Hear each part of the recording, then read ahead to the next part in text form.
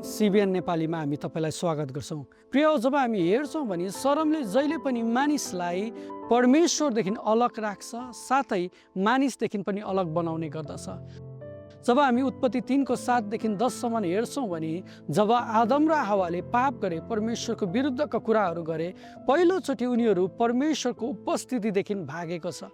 उत्पत्ति 3 को 7, तब ती दुवैका आँखा खुले र तिनीहरूले आफू नाङ्गै भएका थाहा पाए, अनि तिनीहरूले नेबाराको पात गाँसे अनि आफ्ना लागि लुगा बनाए।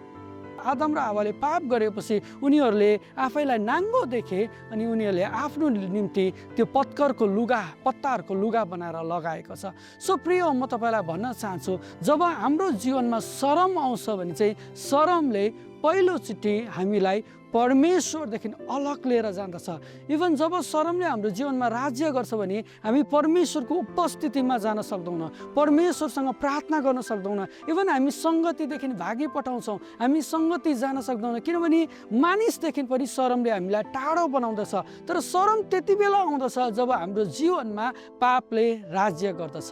शरमले चाहिँ हामीलाई एकान्तमा लिएर जान्दछ, साथै डर उत्पन्न हुँदछ।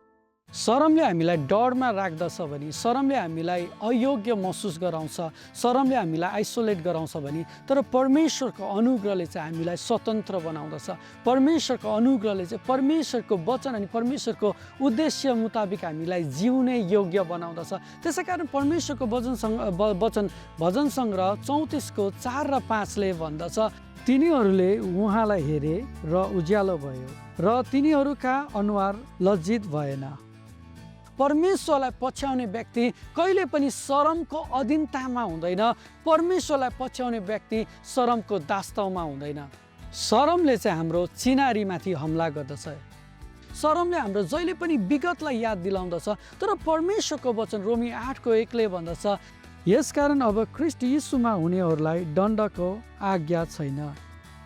परमेश्वरले मानिसलाई उहाँले आफ्नो आकारमा सृष्टि गर्नुभएको थियो, तर शैतानले जब आयो, शैतानले चाहिँ आदमलाई, हव्वालाई, विशेष गरी हव्वालाई उसको चिनारीमाथि एट्याक गरेको छ।